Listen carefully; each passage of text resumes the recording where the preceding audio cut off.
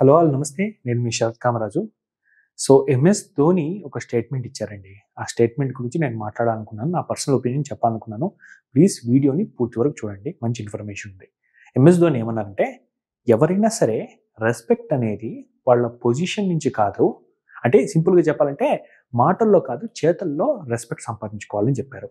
అతను చెప్పిన పాయింట్ ఏంటంటే, ఫర్ ఎగ్జాంపుల్ డ్రెస్సింగ్ రూమ్‌లో ప్లేయర్స్‌ని ఎలా మనం మాట్లాడతాం, వాళ్ళకి ఎలాంటి అవకాశాలు ఇస్తాం, దాన్ని బట్టి వాళ్ళ నుంచి మనకి రెస్పెక్ట్ వస్తుంది. మనం కూడా రెస్పెక్ట్ సంపాదించుకోవచ్చు, రెస్పెక్ట్ సాధించొచ్చు అని చెప్పేసి ఆయన క్రికెట్ అంటే ఆయన క్రికెటర్ కదా! క్రికెట్ వేలో చెప్పారు. బట్ ఆయన చెప్పిన మాటలు నాకు నిజంగా ప్రతి ఇండస్ట్రీకి, ప్రతి పనికి సరిపోతుందేమో అని అనిపిస్తుంది. నిజమే కదా! రెస్పెక్ట్ అనేది పొజిషన్‌తో రాదు. ఇప్పుడు ఫర్ ఎగ్జాంపుల్ నాకు సీనియారిటీతో ఒక పొజిషన్ వచ్చిందండి. ఎన్నో ఏళ్ల నుంచి ఒక కంపెనీలో పనిచేస్తున్నా. ఆటోమేటిక్‌గా అన్నేళ్ల ఎక్స్‌పీరియన్స్ తీసుకొని నన్ను ఆ పొజిషన్‌లో కూర్చోబెట్టారు. నన్ను ఆ పొజిషన్‌లో కూర్చోబెట్టిన వెంటనే అందరూ నాకు రెస్పెక్ట్ ఇయ్యరు.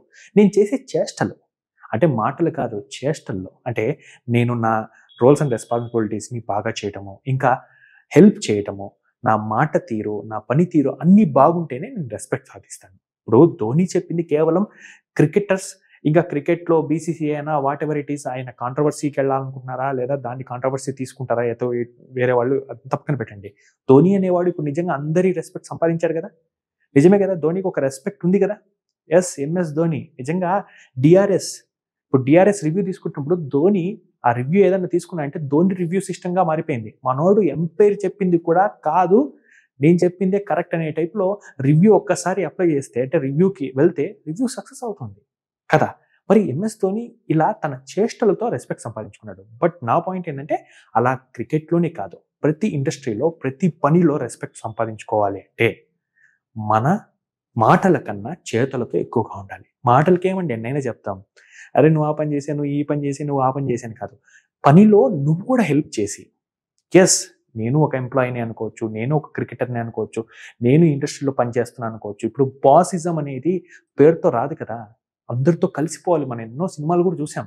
సినిమాలో ఏం చూపిస్తుంటారు, కొంతమంది బాసులు చాలా రెక్లెస్‌గా, కేర్‌లెస్‌గా పనులన్నీ చేసి అన్నీ చేస్తుంటారు. కొంతమంది ఎంప్లాయీస్‌తో కలిసి పనిచేస్తుంటారు. వాళ్ళతో తినటం, వాళ్ళతో మాట్లాడడం, వాళ్ళ సహాయం చేయటం, వాళ్ళకేదన్నా తనకు తోచినంత, అంటే ఆధారం కల్పించడమో, హెల్ప్ చేయడమో ఇలా చాలా ఉంటాయి.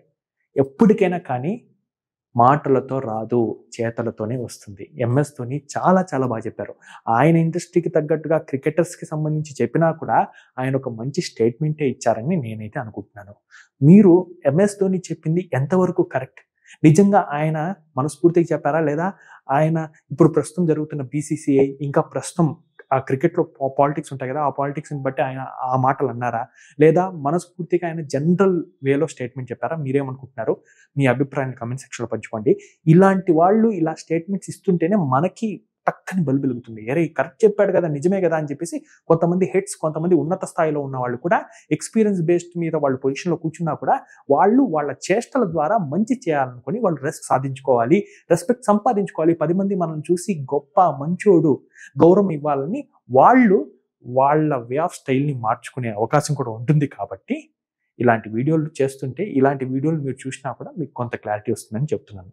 అంతకంటే ఏం లేదు ఫ్రెండ్స్. మీకు ఈ వీడియో నచ్చితే please subscribe Suman TV Bengaluru. Thank you.